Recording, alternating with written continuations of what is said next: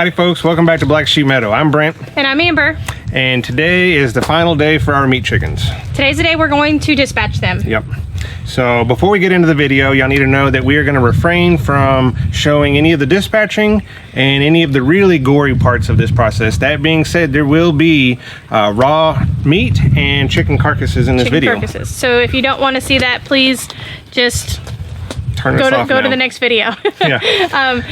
Go follow along with one of the rest of them. Yep. We do also want to let you know that this video is going to be a general processing video.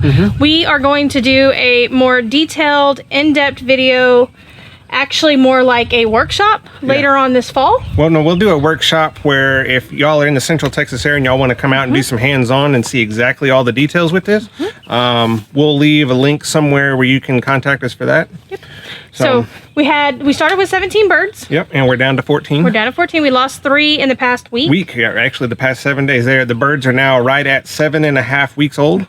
They were, I think all along when we first started feeding these, the protein that we fed them was a little high, plus we kept them on food maybe a little too long, and they were, throughout this entire process, they were always just a little bit ahead of schedule from where they should have been.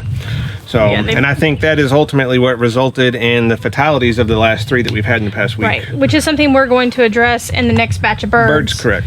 Coming in June. Yeah, so we've done, I mean, thousands upon thousands of wild geese, ducks, dove.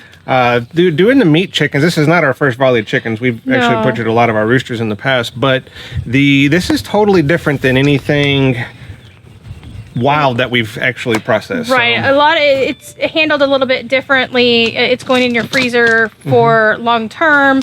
It's chicken. It's not like we would typically process something like a dove or a duck, where in that case you're looking for the breast meat. Correct. This, we're processing whole birds, so we're plucking them. A lot of times when we have duck or geese or a dove, we're not doing that. That being said as well, we are going to utilize 100% of every bit of these birds. There's nothing that's going to go to waste in this. Very, very, very minimal waste. Yeah, and it's, I mean, even then it'll be compost. So. Yeah, it's going to go into the compost. So we're going to start with giving you kind of a little tour of how we've got our little setup here. And then we're going to get into dispatching birds. Probably some necessities, some things that we think are, if you're going to do this on any type of large scale, the bare necessities, what we found works the best. Right. So come along. We're going to give you a quick tour around the little setup here, and we'll start with that. Yeah. Okay, so for starting off, it's very important for me because if y'all are new to the channel or don't know, me and Amber are trying to produce 80% of all of our own food this year. So knowing what we started with as far as weight versus what our final product is for our consumption is very important to us. So if you're going to try this for yourselves, I highly recommend get a scale, know where you're at, know what your efficiency is with your livestock. So before we dispatch any of our birds, they'll all get weighed.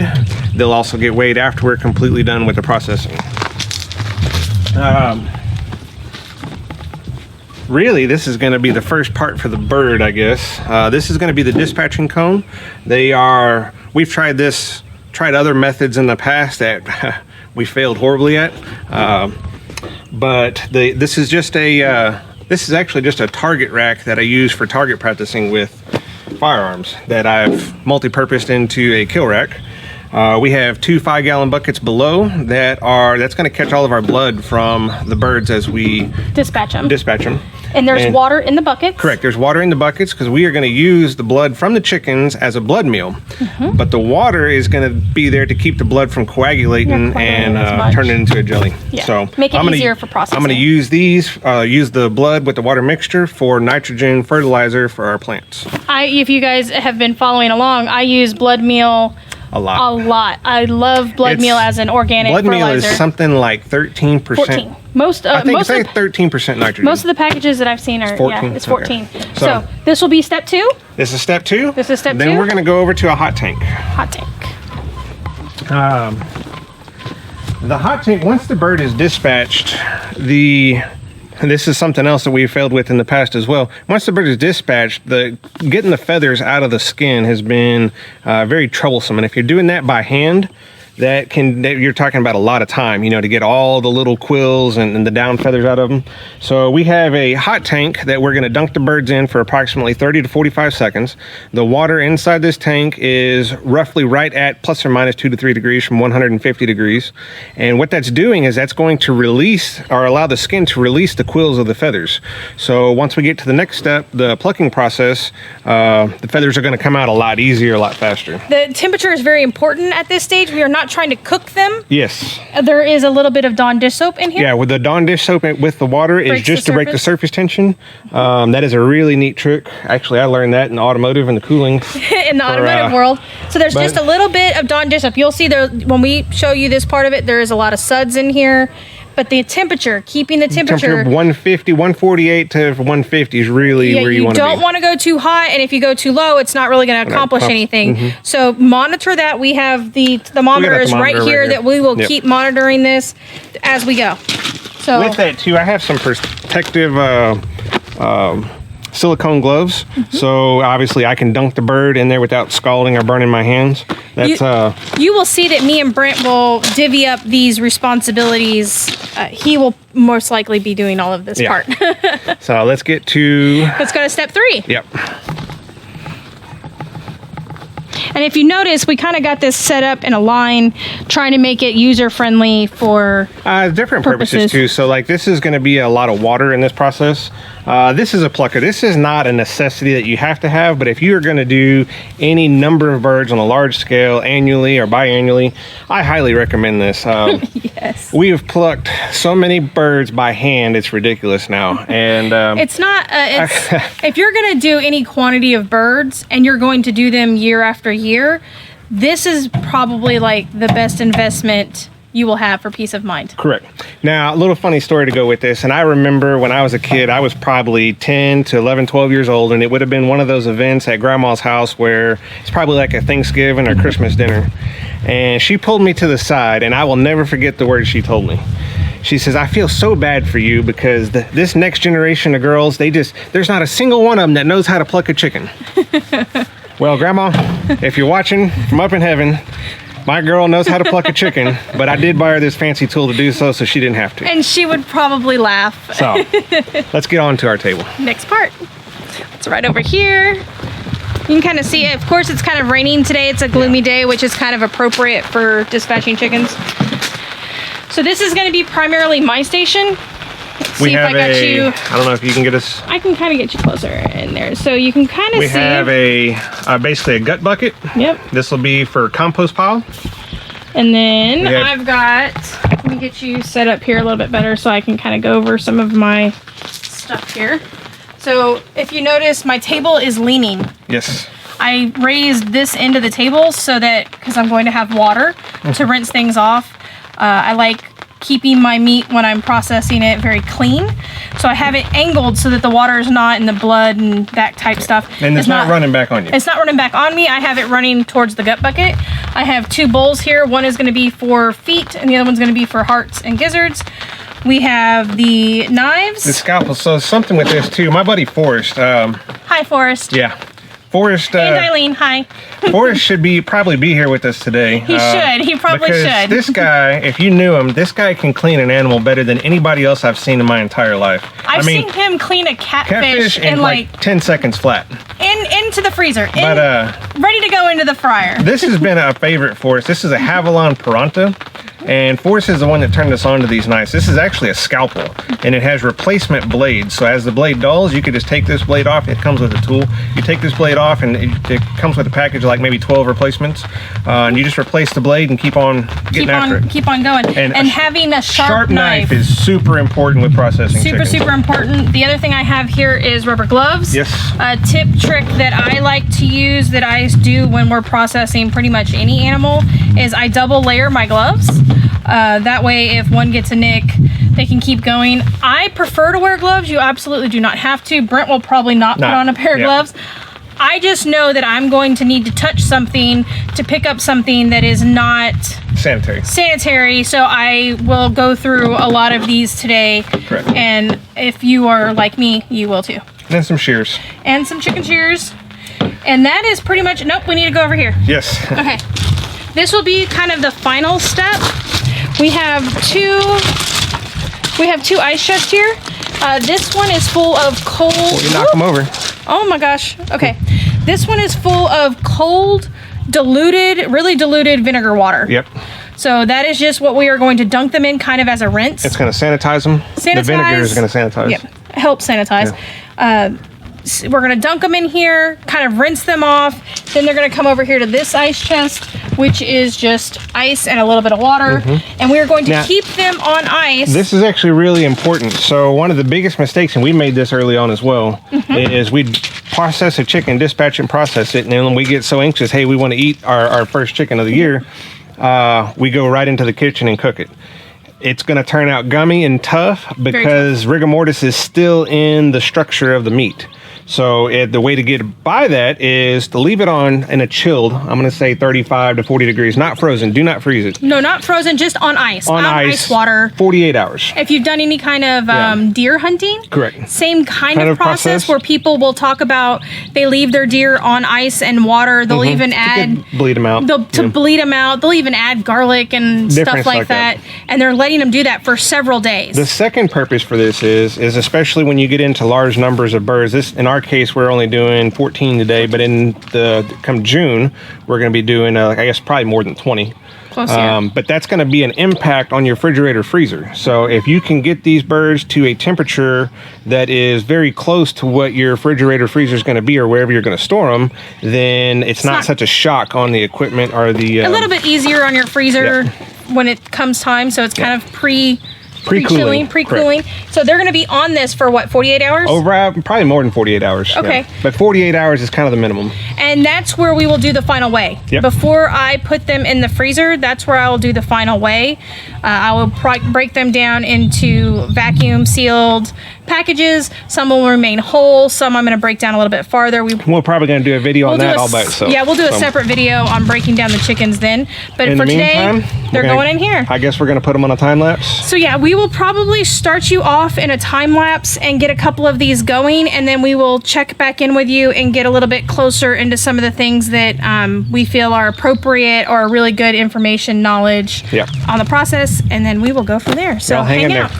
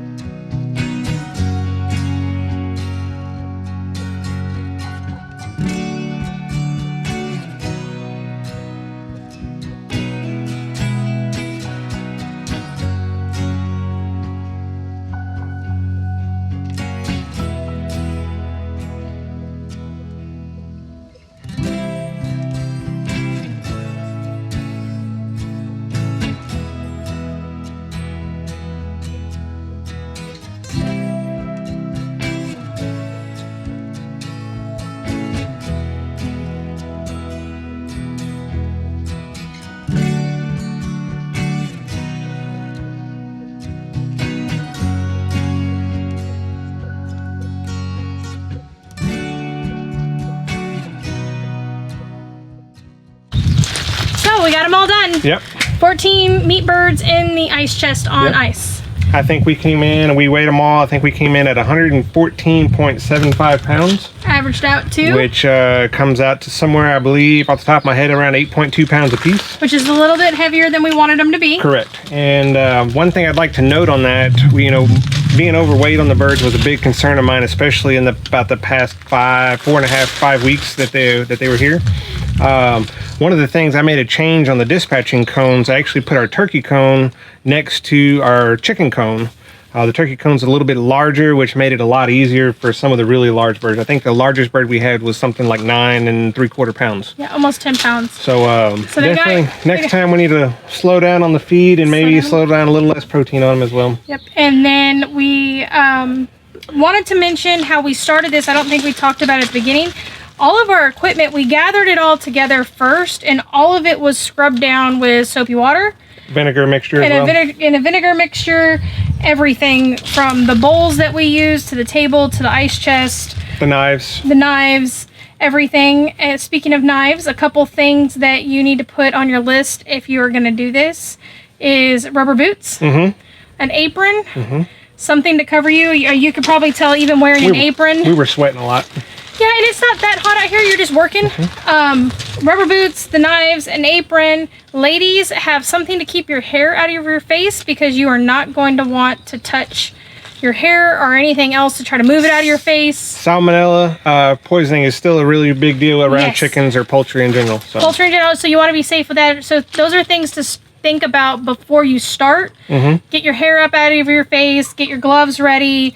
I have a whole box of gloves out here so that if any point, if I had to, you know, start over and wash something because it fell on the ground, I could change my gloves. Yep. So that part was really good. We're also using 100% of all the chickens is getting used for one thing or another. One thing or another, for obviously the meat for our consumption. Dog food. Dog food. We have a lot of and chicken broth and chicken based. And even after the chicken broth and the chicken stock, we're going to use the bones from that. We're going to dehydrate them, bake them, grind them down into a bone meal, which is going to be a calcium supplement for our plants.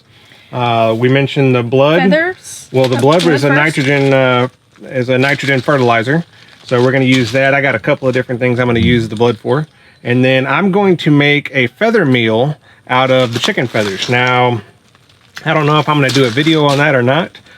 Simply because I've got to pressurize and get these chicken feathers up to a pretty high temperature. So I don't know how I'm going to do that for a video yet. That's going to be safe for y'all to experiment with at home. Maybe not the first time, maybe the second time. Maybe. But regardless, it's all going to get used. Some of the guts is going to go straight to the compost pile. I've got wood chips ready for that. That's going to break that down. So one way or another, it's all staying here. It's all either going to go back into the soil or go back into us for nutrients or the dog or... Because think about that too. So a lot of your byproducts could definitely be used or turned into dog treats or dog food, cat food, you know, something like that. So to prevent some of the waste. So because it's all part of, you know, sustaining yourself. Yep, becoming self-sufficient. Stop depending on the system. Yep. Getting away from the grocery store. But now we get to clean all this up. That's the other fun part. We're going to scrub everything back down again. And once we get all this cleaned up, we have to clean ourselves up because we are filthy. We are definitely filthy. But thank you guys for following along. Yep. If you like what we're doing, subscribe to the channel. Ring the little bell to get the notifications when new videos are posted. Leave a like for the video. And please, if you can, share our content on all your forms of social media. That is probably one of the best ways you can help us to get more views. And if you have any questions at all, leave them down in the comments. I'm going to get a way for y'all to contact us. We do plan on doing this again several times this year, and we plan on having some people out. Correct. I think our first groups are in June. Our next in June, we're going to get 20 more meat birds. We're going to have 6 more laying hens and then 4 more turkeys. The turkeys are hopefully going to be ready for Thanksgiving. Yep. But for that batch of birds, I think we have our workshop full already. Yes. But we're going to have another one in the fall, maybe around September, October. So if you guys are interested in that, she'll leave a link to contact us. Let us know down there, and I'll put something out. I'll get the contact information down there. In the meantime, guys, we will see y'all next week. See you next time.